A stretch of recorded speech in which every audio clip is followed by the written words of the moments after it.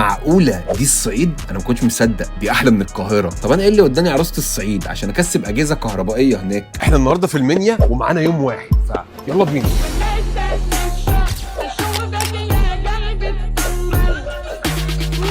وصلنا وطلعنا على فندق القوات المسلحه في المنيا اللي حجزوا لنا فريش فود وهنجيله بعدين، والفيو بتاع الاوضه كان على النيل على طول. الدليفري 4 جنيه 99 قرش. توصيل الطلبات على طلبات ب5 جنيه في المنيا.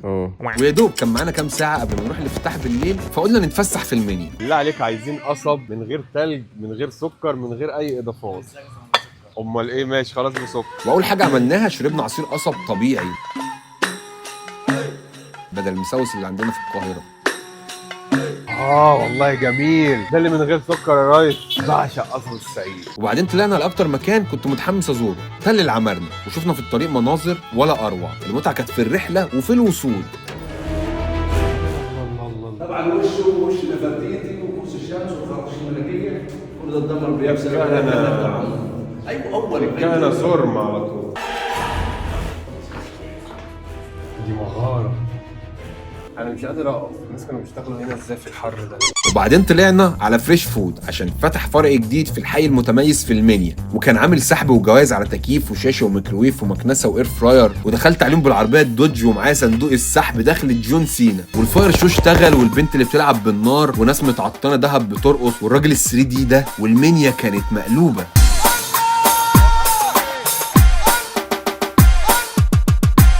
اهلا بيكم في الفرع الثاني في فريش فود المتميز، ومعانا دلوقتي اداه هنوزعها، بس لازم نسالكم اسئله. حد يعرف الفرع الاول فين؟ جنة مصر. اجابه صحيحه. اديهم شنطه، وزع عليهم ما يهمكش، اديهم شنطه كمان يلا. وعملنا مسابقه ووزعنا عليهم شنط لحد ما يجي ميعاد السحب. الفرع الاول لفريش فود اللي في جنة مصر فتح من كام سنه؟ من 4 سنين. من ايوه اجابه صحيحه. سقفه كبيره لمصطفى يا جماعه. الجوائز كتير بس اتحشرت. ما هي عاصمه السودان؟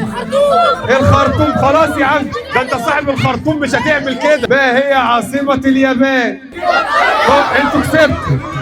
انت كسبت يا اسيا. وهو استاذ محمد القاضي صاحب فريش فود يتبرع للاطفال احباب الله، وهيمسكوه يضربوه دلوقتي اهو. ونزلنا شارع طه حسين عشان نعرفهم ان فريش فود فتح فرع جديد. نزلنا المنيو عشان نوزع المنيوهات على الناس بتاعت فريش فود، فيلا بينا. اتفضل معانا. عارف فريش فود؟ عارفين فريش فود بالله عليكم؟ طبعا. احنا فتحنا فرع جديد وعاملين صحوبات وجواز وخصومات وهدايا وترابيزه. لا جوايز، مفيش جواز. لا الجواز انت بمجهودك انت. اللي عارف فريش فود هنديله ميداليه. تعالى يا برنس، عارف فريش فود؟ انت فاتح ايديك الاثنين اللي انت هتكبش. فريش فود فتح فرع جديد في الحي المتميز، واخد لي بالك، عند ميدان عبير بارادايس، فاحنا جايين ننافسكم. خد يا حبيبه قلبي، خد يا حبيب قلبي، خد. اتفضل. المحفظه. تقريبا الناس كانت فاكراها ميداليات ذهب بتاعت افريقيا. اتفضل اتفضل اهو. اتفضل هنا اهو. اتفضل. البوليس هيقبض علينا. فريش فود عامل سحب النهارده على جوائز، وهنشوف مين سعيد الحظ. ودلوقتي هنعلن عن الفائزين بالجوائز، واول جايزه معانا هو الاير فراير. بسم الله، مين سعيد الحظ اللي يكسب معانا؟ محمد منير عبد الفتاح. الف مبروك يا نهار ابيض. دي هديه متواضعه كده من فريش فود. ايه رايك في فريش فود؟ ما تعملش غير معاه.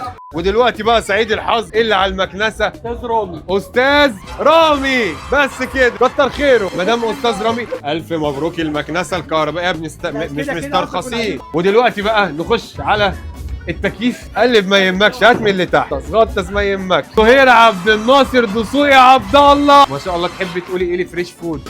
تميز على طول بتميز. والجايزه الكبرى الا وهي التلفزيون ال 43 بوصه. استاذ محمد الجبالي الف مبروك. ازيك يا استاذ اسر، عامل ايه؟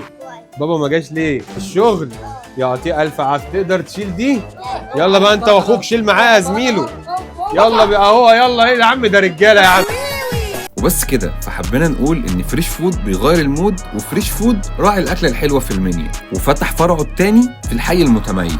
وشكر خاص للحاج محمد القاضي على ضيافته وكرمه لينا. وقولوا لي عايزين نسافر فين تاني؟ هبب.